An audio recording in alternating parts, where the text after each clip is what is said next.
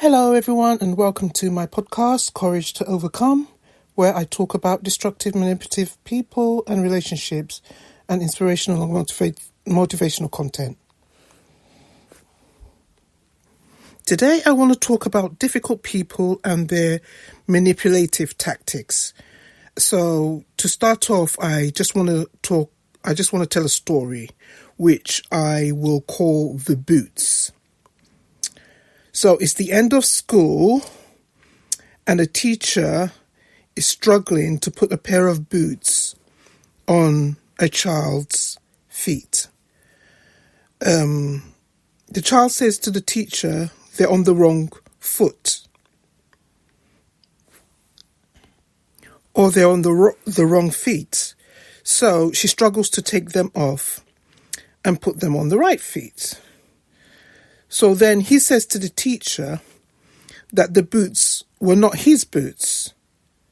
So then she proceeds with a tired sigh to take them off again. And then when she's taking them off, he tells the teacher that the boots belong to his brother and that his mum made him wear them. So the teacher, clearly frustrated at this point, puts the boots back on his feet again. With a sigh of relief, she finally has the boots on his feet. The boy had his coat and woolly hat on, except the gloves. So the teacher asked the child where his gloves were, and he replied that they were at the bottom of the shoes. So my question is, did he or did he not know what he was doing? Well, I don't know. You can deduce that yourself. It remains to be seen, to be honest. So at a surface level, this would be quite an amusing story and we'll get a few chuckles from most people who heard it. But looking at it at a deeper level, I would say this is the making of a particularly difficult person. And this is what I want to talk about in this series. It's all about identifying behavioral manipulative tactics with difficult, toxic people, especially at this time of the year as it's approaching Christmas.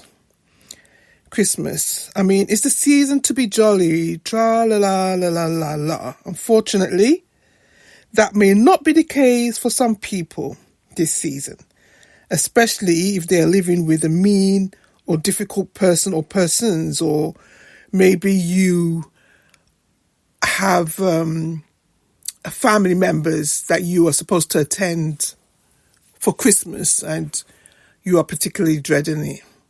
It's not going to be a very pleasant time for you at this period. And another reason why I want to talk about this is because I was married to a difficult person and the signs were there, but I was deceived because I couldn't put a name behind all the toxic behavior. And I was deceived by his cunning, deceitful manipulation. And the Bible warns against this in Colossians chapter 2, verse 4, it says that no one should deceive you with persuasive but thoroughly deceptive arguments. And I can tell you that manipulative people are very persuasive, very convincing liars. And so, yes, I was married to one. He knew my weaknesses and took advantage to deceive and manipulate. It was only when I read an article by chance about narcissism that I could recognize and put a name to all the horrible behaviors. If I had not read that article or learned more information, which I did after, I did a lot more research on toxic people and narcissism and all that, I would have continued to suffer believing that I was the root of the problem in the relationship and not him, because that was, what he always accused me of. After that, I was able to take my power back, and I just want to enlighten others to identify their schemes and strategies just like I was able to.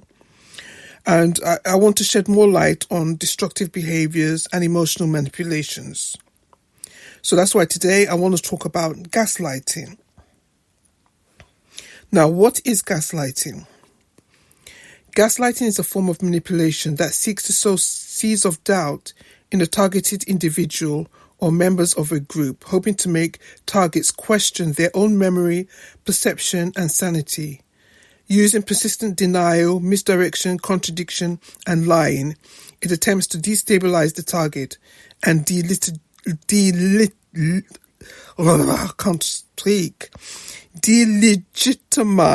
the target's belief. I got that from wikipedia.org. So this term was taken from a 1944 film by the same name about a woman whose husband manipulates her into believing that she's going insane. In the movie, the woman's possessions would go missing and the husband would tell her she removed them. However, she had no recollection of doing so. She would hear footsteps coming from upstairs and the gaslight dim and brighten, but her husband would claim it was her imagination. He continued to gaslight her as his plan was to have her declared insane and committed to asylum so that he could take her wealth and her riches, because she was quite rich and he wanted, he just wanted to spend her money. So gaslighting is a tactic that the narcissist and manipulative abusers use to cause you to question your sanity and reality. It's also used to break down your will to fight and resist. You're left doubting and questioning and wondering about your own perception of situations and circumstances. The narcissist purposely denies things they have done and makes out like you are crazy. He does this so convincingly you almost begin to believe that you're wrong and he's right. It starts off little by little, one small thing here, another there. Gaslighting is designed to break you down mentally to the point where you cannot trust your own judgment or reasoning. You're always confused and you're always second-guessing yourself. Did he or did he not? Did I get it wrong? Is he right? Am I going crazy? So I just want to give a few examples of gaslighting. And I actually want to refer to a particular scenario that happened to me personally. So this is a bit extreme. It's about physical violence. So I mean, if you get triggered by that, so I'm just letting you know right now. So, my husband at the time, he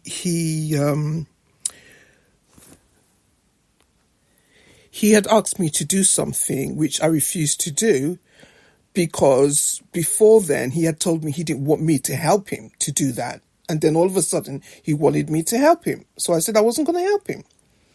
And so he got so infuriated and upset that I had my laptop I was working on my laptop, and he couldn't believe that I was going to continue working on my laptop and not going to help him to do what he wanted to do, just to help him.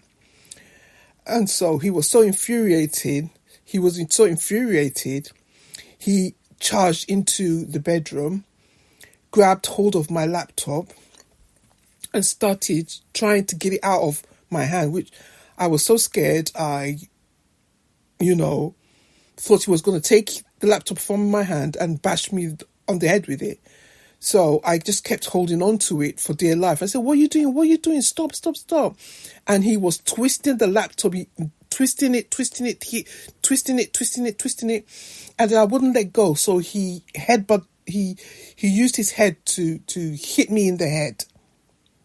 And so I let go of the laptop, and I was holding my head. And I was crying.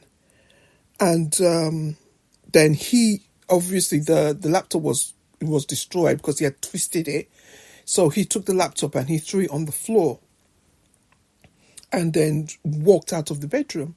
Meanwhile, I had this bruise on my head and everything. And I could have called the police if I wanted to, but I really didn't want to, because I just thinking of the consequences, him being arrested, and he was my husband at the time, and I just didn't feel I wanted to do that.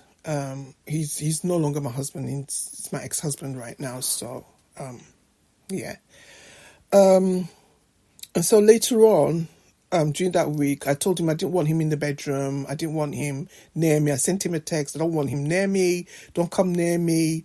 You can't treat me like this, blah, blah, blah, and this and that.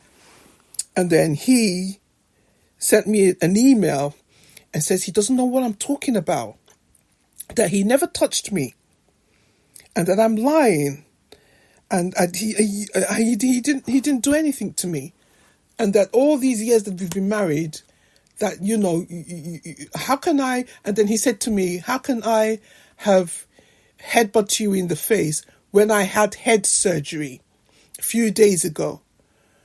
And he didn't have head surgery a few days ago. He didn't have surgery on his head a few days ago. He had a dental procedure on his tooth. They had pulled out a few of his wisdom teeth because they were giving him some problems. And so they were pulled out. And so he says, oh, he had head surgery. And I said, no, you didn't have head surgery. That's another gaslighting, telling me he's having head surgery. I said, you had tooth surgery. You hit me with your head. You didn't hit me with your teeth or your jaw or whatever, you know. And so he claimed that it completely did not happen. I'm lying. It's not the truth. Blah, blah, blah. That's a situation. That's one situation of gaslighting. Another scenario I'm going to tell you about is, for example, you make plans for Christmas with your toxic partner. You make plans for Christmas, and it was agreed by both of you that you would be spending Christmas at your mother's place. But later on, you're discussing with him or her, as the case may be, I'm just going to use him, about those plans, and he denies ever agreeing to those plans and says instead that he had told you he will think about it, or that he had told you maybe would go to, or maybe or another excuse he would say is, oh, maybe we will go to my mother's place. So it's either no, I didn't agree to that, I said I was going to think about it, or he said maybe we would go, not for definite that we would go. So did he or did he not agree? That is the question. And that is gaslighting. Another scenario is you're texting on your phone and, you know, he wants your attention and you're busy, you know, maybe texting someone, you know, maybe it's important or something like that. And he gets a bit upset because you're not giving him the attention that he feels that he deserves. And then he seizes your phone. He seizes your phone and throws it on the floor or something, you know. And then you pick him up and say, oh, what's wrong with you? You know, why did you do that? And then later on, maybe during the week or later or another occasion or something, when you're talking about the incident, about how he threw your phone on the floor, he will claim he never touched your phone, that you dropped it on the floor. What are you talking about? That never happened. I think you have problems with your memory. That is not how I saw it at all. You dropped your phone on the floor. That is the way I saw it. So did he or did he not lie? Did he or did he not gaslight? You know, so, you know, those are three scenarios. One of them, the first one was a bit extreme, but, you know, it did happen to me anyway. So those are two scenarios of gaslighting. And the thing about it also is that they will always claim that you forgot, because it might have been some time before, it might have been some time since that incident. So they're going to claim that you forgot, or your memory is bad. And it's always blame shifting. It's always blame shifting onto you, that it's your problem, it's your issue, you've forgotten, you can't remember, there must be something wrong with you, you're confused, you need help. So they'll always blame you. So always blame you. So look out for that in your relationship. Okay, so that's all I have time for today. I hope you enjoyed this episode, and I'll meet with you in the next episode. Stay blessed. Bye, and season's greetings.